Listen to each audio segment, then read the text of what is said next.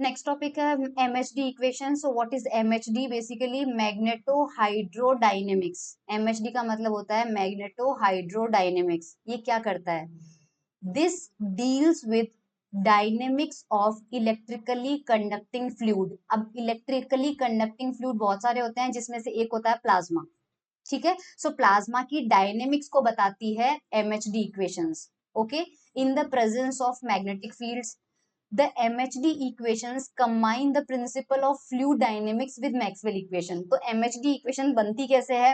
Fluid dynamics जो हम 11-12 में पढ़ते हैं उसकी इक्वेशन को मैक्सवेल की इक्वेशन से कंबाइन करते हैं, तो हमारे पास MHD इक्वेशंस बनती है। एग्जाम में आपके पास बस पूछा जाएगा कि MHD इक्वेशंस क्या होती है।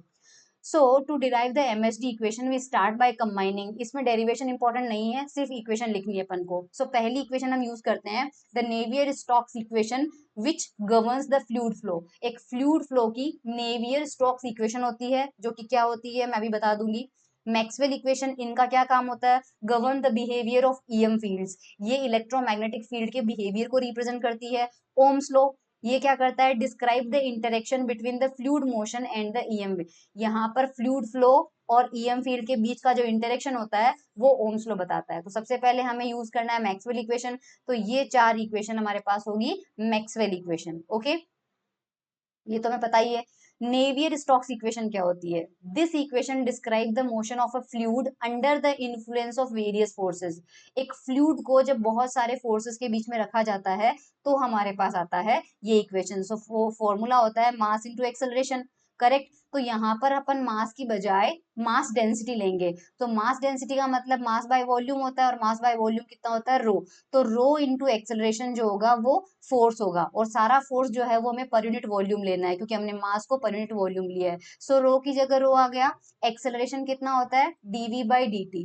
करेक्ट, और इफ यू रिमेंबर dv/dt को मैंने प्लाज्मा फ्रीक्वेंसी के टाइम पे आपको बताया था डेल v/डेल t plus v dot del, मतलब d/dt ऑपरेटर को हम क्या लिख सकते हैं? डेल/डेल t plus v dot del. और ये किस पे ऑपरेट होता है? v पे ऑपरेट होता है। तो ये आपको पता है dv/dt लिखा गया है। इसका डेरिवेशन प्लाज्मा फ्रीक्वेंसी के टॉपिक में मिल जाएगा। राइट हैंड साइड में हमें जितने भी फोर्सेस लग रहे हैं वो, तो सबसे पहले मान लीजिए प्लाज्मा के अंदर प्रेशर है। सो प्रेशर का जो ग्रेडियंट होता है वो फोर्स के इक्वल होता है। तो यहाँ पे आपके पास प्रेशर की वजह से लगने वाला फोर्स है, सो माइनस का डेल भी प्रेशर की वजह से लगने वाला फोर्स है।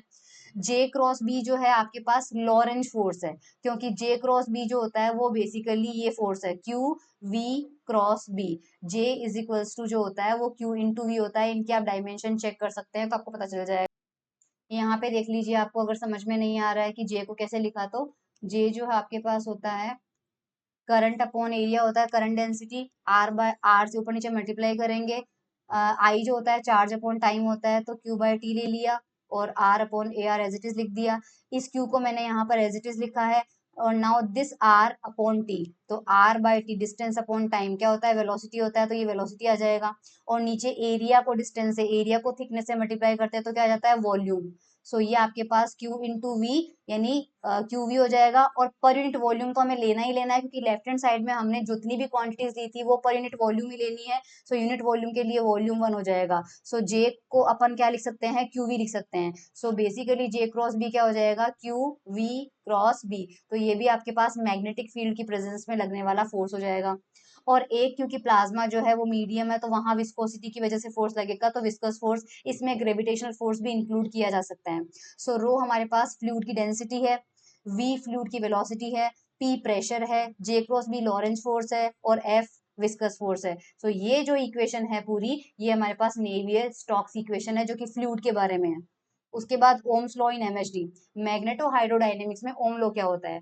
In MHD Ohm's law in the frame of moving fluid becomes, normally हमारे पास J is equal to sigma E, ये ओम्स लॉ होता है नॉर्मली, है ना, इलेक्ट्रिक उसमें इन द रेस्ट फ्रेम। लेकिन MHD में यानी प्लाज्मा में मूव, जो फ्लूइड मूव कर रहा है उसके फ्रेम के हिसाब से देखा जाए तो उसके फ्रेम में हमारे पास मॉडिफाइड ओम लॉ होता है। सो E के साथ साथ में हमारे पास यहाँ पे V क्रॉस B भी आएगा, क्योंकि E और V क्रॉस B की डायमेंशन सेम होती है। सो यहाँ से लोगे तो J और सिग्मा का जो रेशियो आता है वो किसके इक्वल आ रहा है? इलेक्ट्रिक फील्ड के। बट क्योंकि we have magnetic field also, और तो हमारे पास और मूविंग फ्लूइड है तो वेलोसिटी का भी आएगा। So E plus we cross B जो है वो J by sigma, this is the Ohm's law in MHD. Sigma electrical conductivity है, ठीक है। अब अगर देखते हैं कि हमारे पास आइडियल एमएचडी इक्वेशन में क्या होता है, आइडियल एमएचडी का मतलब होता है very high conductivity, sigma tends to infinity.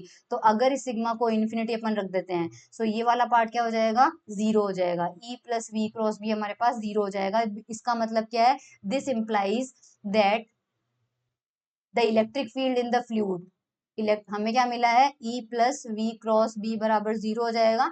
So electric field in the fluid is induced entirely by the motion of the fluid in the magnetic field, यानी कि मैग्नेटिक फील्ड की वजह से ही यहाँ पर, क्योंकि आप इसको देखो ई इज इक्वल टू कितना होगा, माइनस का V cross B. So magnetic field जो लगा रहे हैं उसी की वजह से एंटायरली हमारे पास क्या हो जाएगा, इलेक्ट्रिक फील्ड इंड्यूस हो जाएगी।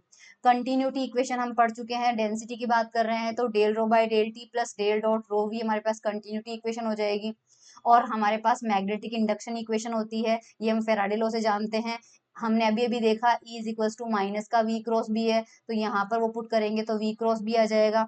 This is the magnetic induction equation which describes how the magnetic field evolves in response to the motion of conducting fluid. तो ये हमारे पास इक्वेशन बताती है। सो हमारे पास full set of MHD equation, so MHD equation हो जाएगी 1 2 3 4, ये चार इक्वेशन हो जाएगी। पहली हमने पढ़ी ली थी Navier Stokes equation, continuity equation, magnetic induction equation, और ये हमारे पास डाइवर्जेंस जो है, ये हमारे पास एमएचडी इक्वेशन हो जाएगा, मैग्नेटो हाइड्रोडायनेमिक्स इक्वेशन।